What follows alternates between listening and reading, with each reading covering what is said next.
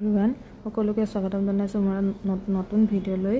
এয়া যিহেতু দুৰ্গা পূজা ষ্টাৰ্ট কালি সেইকাৰণে অলপ ওলাই গৈছিলোঁ দুৰ্গা পূজা চাবলৈ আমি চবেই। তাৰপৰা গৈ আছোঁ, মানুহ দেখিছে কিমান মানুহ, যিহেতু ইমান মানুহ নাই, যিহেতু অসমত যিটো পৰিস্থিতি হৈ চবেই গম পাইছে। আমাৰ মৰমৰ জুবিন দা যিহেতু আমাৰ মাজত নাই, তথাপিও সকলোৰে মন চন ইমান ভাল নাই, মানুহ ইমান নাই, তথাপিও গৈছিলোঁ ওলাই অলপ।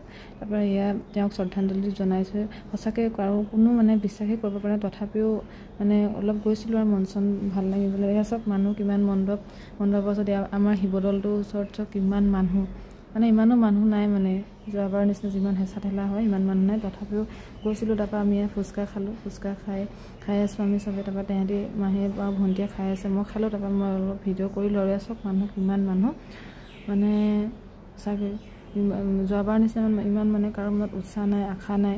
তাৰপৰা দুৰ্গা ইয়াত সোমাইছিলোঁ মণ্ডপত। তাৰপৰা মা দুৰ্গা ফটো, ফটো চটো মাৰিবলৈ ইমান মনেই নগ'ল।